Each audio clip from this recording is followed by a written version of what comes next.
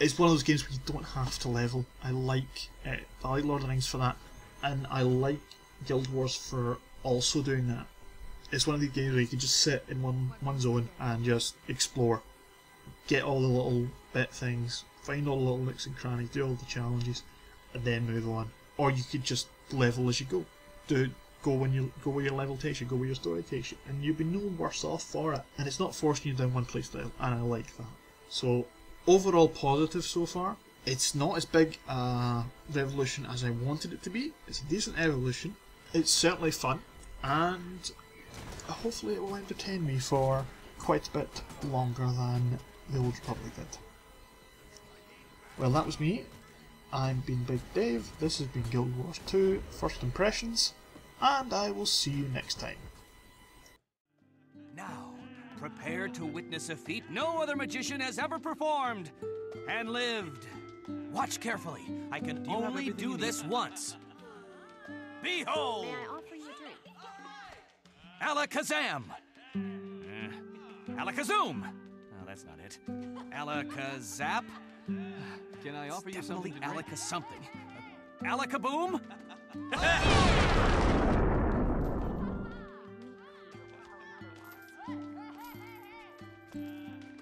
Would you care for an appetizer?